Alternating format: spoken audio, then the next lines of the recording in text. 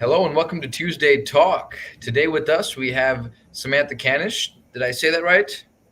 Yes, yes. Samantha, thanks for joining us so much. Samantha is from Safe2Help Illinois, which is a neat program that we've learned about recently and definitely know that all parents and kids need to learn about it. Before we jump into the presentation today, Samantha, talk a little bit about what the program is. Do you mind just introducing yourself and a little bit of background? Sure, yes. As you had mentioned before, my name is Samantha Kanish. I am the Marketing Outreach Coordinator for Safe to Help Illinois, which is a new school and student safety program here.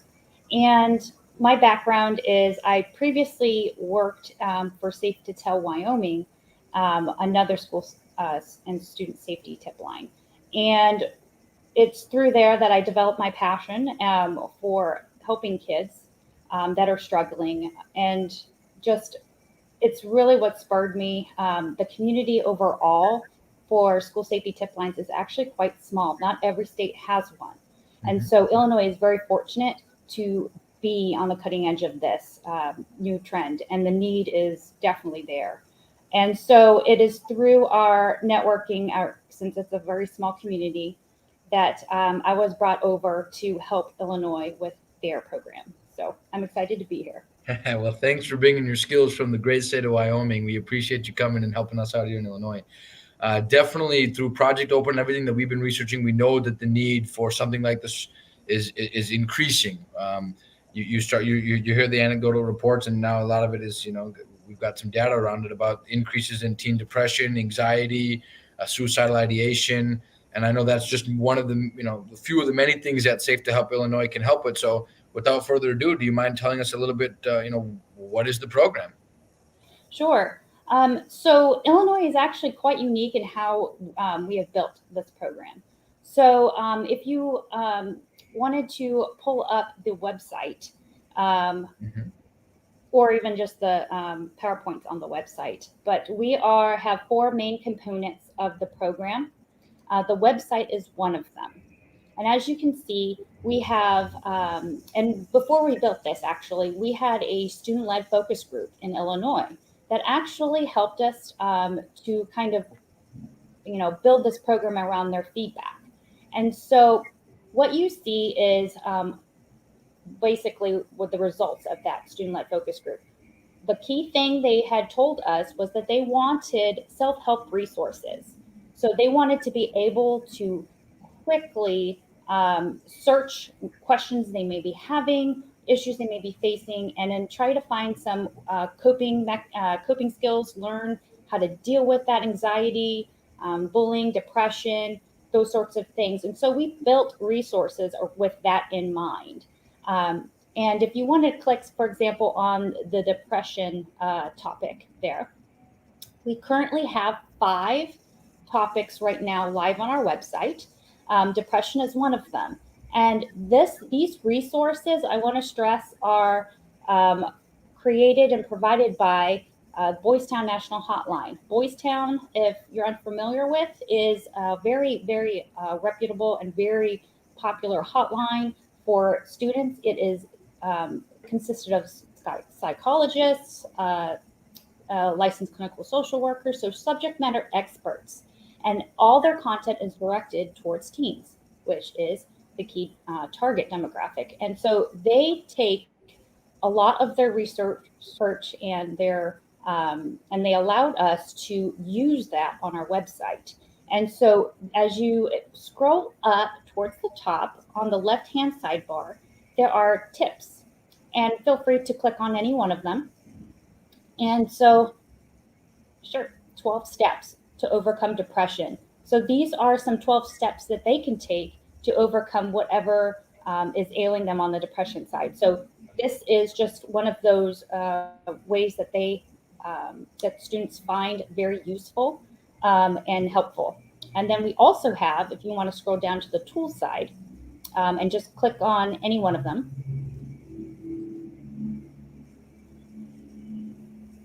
and typically they are PDFs, worksheets. And this resource is it's completely free. And so if educators or anyone who deals with students, they can print this off and use this. within lesson plans or just within practice. So it actually helps them. There's everything from how to create a safety plan, 99 coping skills, 60 ways to be kind to yourself. So these are real actionable ways that they can help themselves. So the website, once again, it's completely free. Anyone in the community, parents, students, teachers, health professionals, they can use this.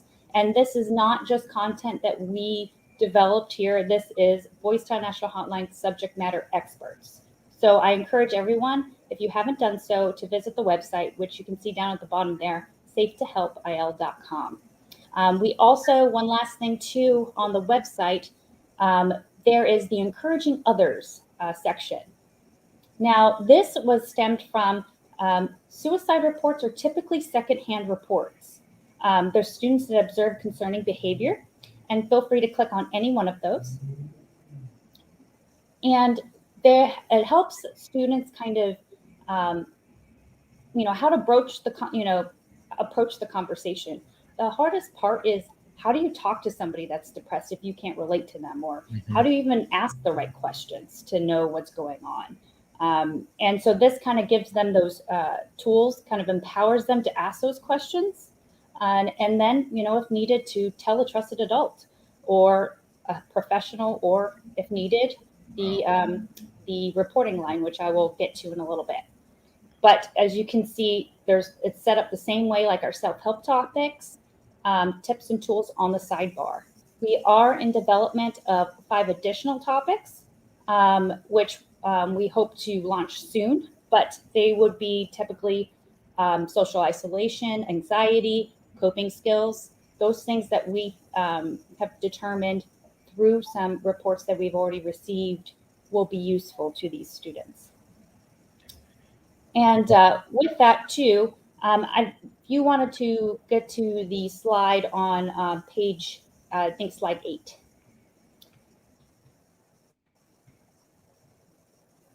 Slide 8 there we have a classroom resource kit available.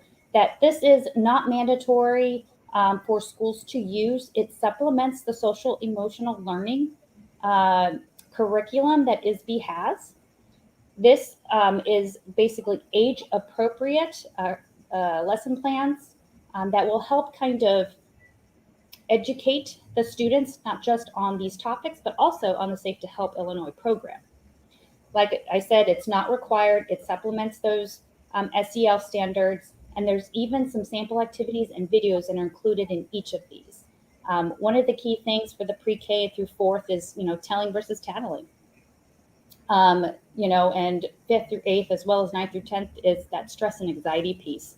The pressure to perform, or, whatever it is that they're going through. It really kind of helps, support what is already being taught through the curriculum.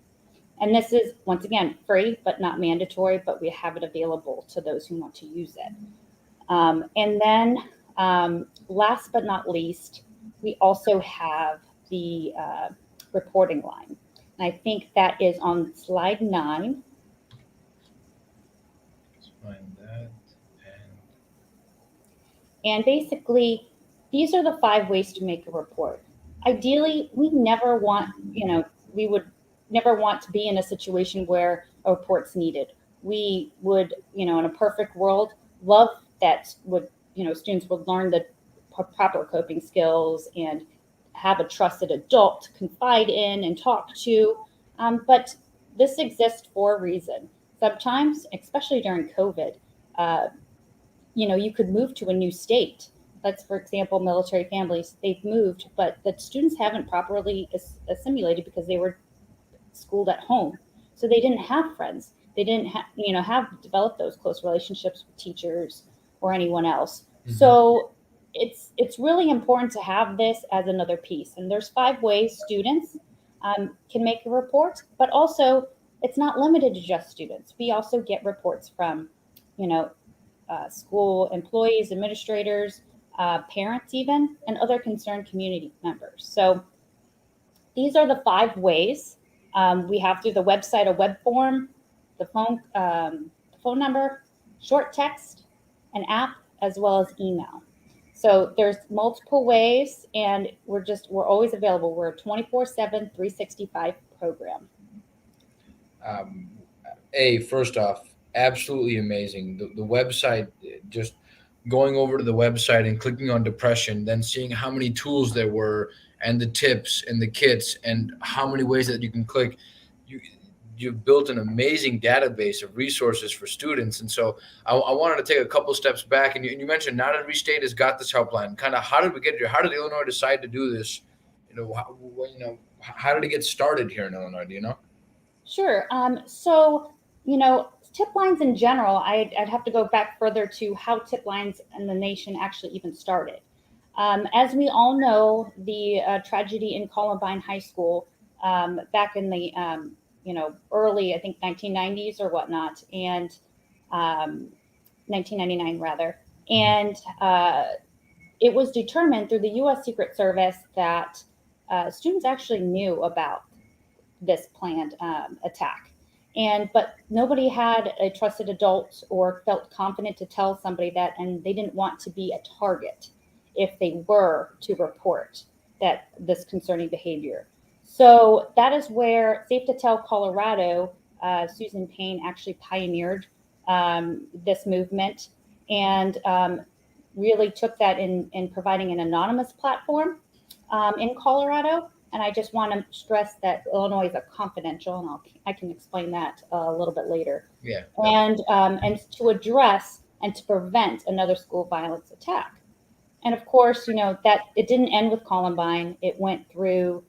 We have Sandy Hook, we had Parkland, and unfortunately, Illinois had Dixon High School tragedy in 2018. And that's pretty much the reason why tip lines came. They wanted to prevent that. However, we have seen through 2020 rather, due to the COVID pandemic, that mental health issues really are coming to the forefront. Mm-hmm. We have seen increased suicidal ideation, depression, self-harm. And so that is very concerning. And so the shift for many state tip lines is now mental health. And it was even shifting that way long before COVID. It's just COVID exacerbated that. And as you can see from this slide here, just in 2020, the Boys Town National Hotline out in Nebraska received 2,900 reports from Illinois students on mental health concerns. So those were the top two reported, was mental health and suicide related. That's really shocking. And that's just one reporting line. There are many across the country, and even some schools in Illinois have their own. So the real number there, I mean, it's mind-boggling. And right now, 2021 data from Boys Town is trending to be more. So that is really concerning. And as you can see from other studies from the CDC and Department of Health, that 42% of teens, they leaned into their vices as coping skills, and some of them were unhealthy, unhealthy food, vaping, those sorts of things during COVID-19. And of course, it's expected. 1 in 4 young people reported an increase in losing sleep, feeling depressed, really stressed out. So, and we're seeing that right now in the numbers, and it's just mind-boggling. And as you can see, the last stat there, a recent study by the U.S. Secret Service averted school attacks, a report said 89% of concerning communications were shared through in-person statements. So these are being, discussed among kids in person or through social media as well. So, it's just, that's why we're here. We're an information sharing platform, but we're here to save lives. We are in the life-saving business. We want to provide those resources. And like I said, that's what makes Illinois unique, in that a lot of the school safety tip lines in the country just provide mostly focus on the reporting side of it. Well, we wanted to come with a comprehensive approach with partners in the state, such as the Illinois State Board of Education, Mm-hmm. Department of Health, and other key stakeholders to kind of come together to provide those resources so that students could at least try that. And we always stress the importance of a trusted adult relationship. So we always stress that first. And so, like I said, it's what makes us unique compared to the other reporting lines. The presence of a trusted adult or positive relationship with an adult, the impact that that has on a child's development growth is huge. You know, at Project Open, while we're definitely working on projects on substance use disorder, addiction, and focusing with the prevention, treatment, and recovery, we really like to work on the larger social determinants of health, which is why when we heard this program, it was huge. And we know that in our youth-based intervention projects, the biggest thing is a positive role model. So I'm really happy to hear that emphasis. Could you help us to understand the delineation between the Boys Town National Hotline and Safe2Help? What would you use, one or the other in certain circumstances, or what's the difference between the two, and what are the similarities? So Boys Town was a private organization that actually arose, and they are really kind of leaders in developing subject matter expert content for teens in this. And they're actually now through Nebraska legislation going to be the Nebraska reporting line there. But they were actually a private organization. They actually have a town, and they, kids can actually go there and live with families, I believe, to get help. So we here at Safe2Help Illinois, though, we don't seek to be the number one, reporting line or program in the state. We just want, if a child is struggling, to reach out to someone, to something, to a parent, like I said, the trusted adult, or to any line. But this year, the Safe2Help Illinois program really is looking at the community approach here. Share that information with schools, where there's school counselors, school psychologists that can help kind of address these issues. We don't seek to, up in Illinois here to solve the problem, but we want to provide that information to educators, to those schools, so that they know the student, they know what resources are available there, and they can really reach out and help that student.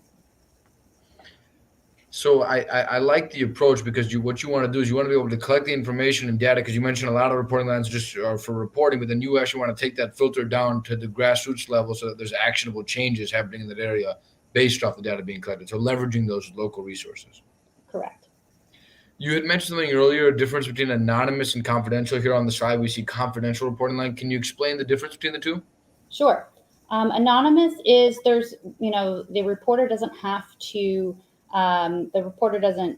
submit their name or any contact information. It's completely, we don't know who's making their report. Mm-hmm. Well, confidential, and that's what Illinois is, a confidential program. It's an option. It's an option for them, for the reporter to provide contact information in their name. They don't have to. It's optional.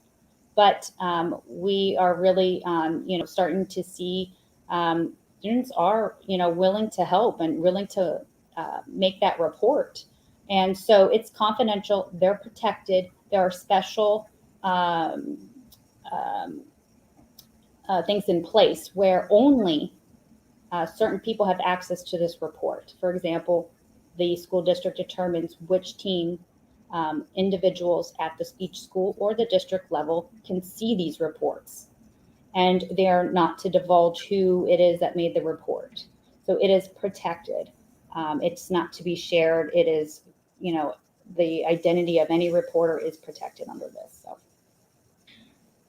What are you seeing? Are you seeing that people are open to providing content information and name, or are people still remaining to choose to be anonymous primarily? Some are actually providing their name and information. So that is an interesting trend in and of itself. And that's really great, because it provides great follow-up for the school to ask more questions. Mm-hmm. So I applaud Illinois on that, and because it really does help. And these students are coming forward, and we're seeing, like I said, on that slide that you provided with stats, mental health is we're consistent with what other states are seeing. Yeah. Suicidal ideation is the top. Bullying is in the top 3 as well, and we're seeing depression and self-harm emerge as well. So we're right on, we're seeing what other states are seeing. It is not an Illinois problem. It is a nationwide problem. Yeah, so that I think you might have answered the next question. I was going to ask you, what are the trends? What are the main topics coming through? So again, you said suicidal ideation number 1, was depression number 2. Bullying actually is number 2 Okay. right now, and then we also have cyberbullying. We have seen possession, drug use, and to caveat that data, that also includes vaping. So just with that, so we have seen that. We have seen self-harm, and we've even seen some other like sexual assault coming through as well. So we're seeing the gamut of what these students are facing, and and it's our goal to make sure that no student makes a decision that they can't come back from. What advice would you give parents listening to this talk right now? Would it be visiting the website, or how should a parent ensure that this is for the benefit of their child or being used to help their child? They can always use go to the website, see what we're about, and we always encourage them to, most importantly, is talk to your student. Sure. I know we're so busy, and we're so we're just always in a rush, and sometimes we just need to connect with our own kids and see what's going on. Is there changes in behavior? Not to be that helicopter parent, but just to have that relationship, because I think that's really important to connect. But if they want to learn more about the program, they can reach out to their school district, their school, or they can even email info@safe2helpil.com. That's really good advice. And then for the students, so are students being made aware of this through each? Is each school responsible for pushing this messaging out, or what do we need to do to help get this word out more? So basically, we have been doing presentations around the state. We are reaching out to school districts through these presentations, as well as regional offices of education, and to provide the information about this program. They are each district can register.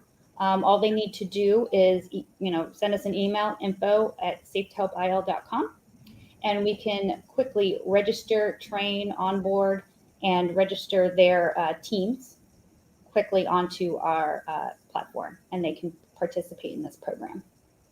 Perfect. I'm going to work with you offline. Project Open currently services Lee, Ogle, and Whiteside County. You actually mentioned the Dixon High School incident. Dixon High School is about a quarter mile this way in the office, so we're right here in Dixon. So this type of thing definitely hits home, and we're super excited for this resource to be available. I very much like to connect with you offline, Samantha, to figure out what other Lee, Ogle, or Whiteside schools do we need to make sure are aware of the program and are enrolled in it.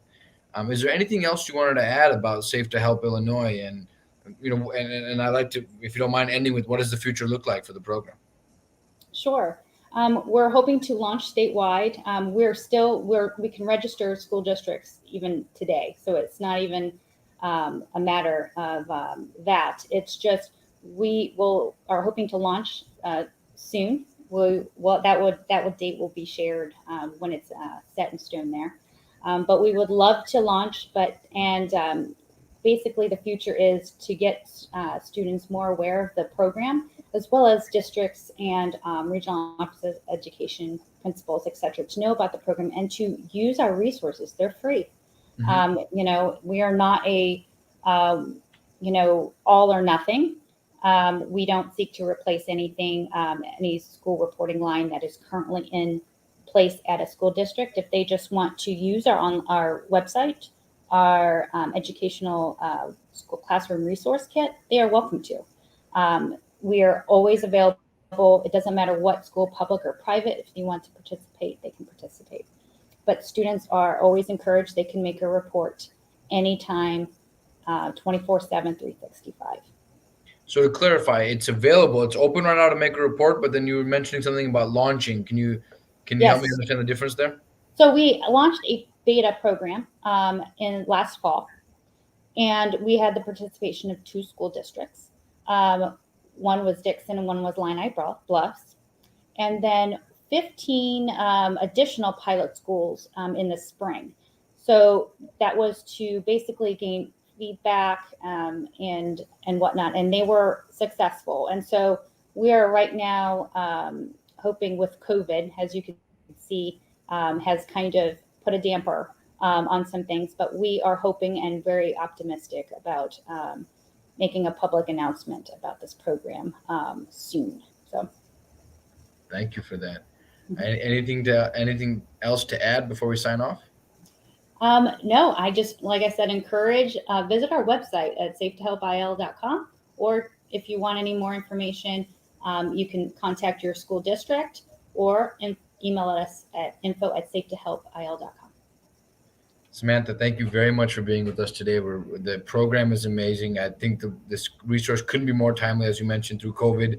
The incidences of many things that trouble our teens and our youth are rising. So great timing on this. Thanks so much for being a part of this initiative and pushing this forward. My name is Akhil Khan, Director of Project Open.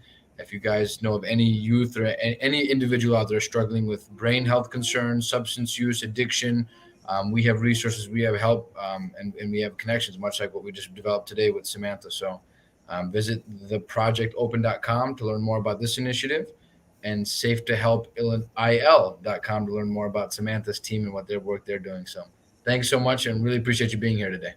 Thank you for having me. Bye-bye.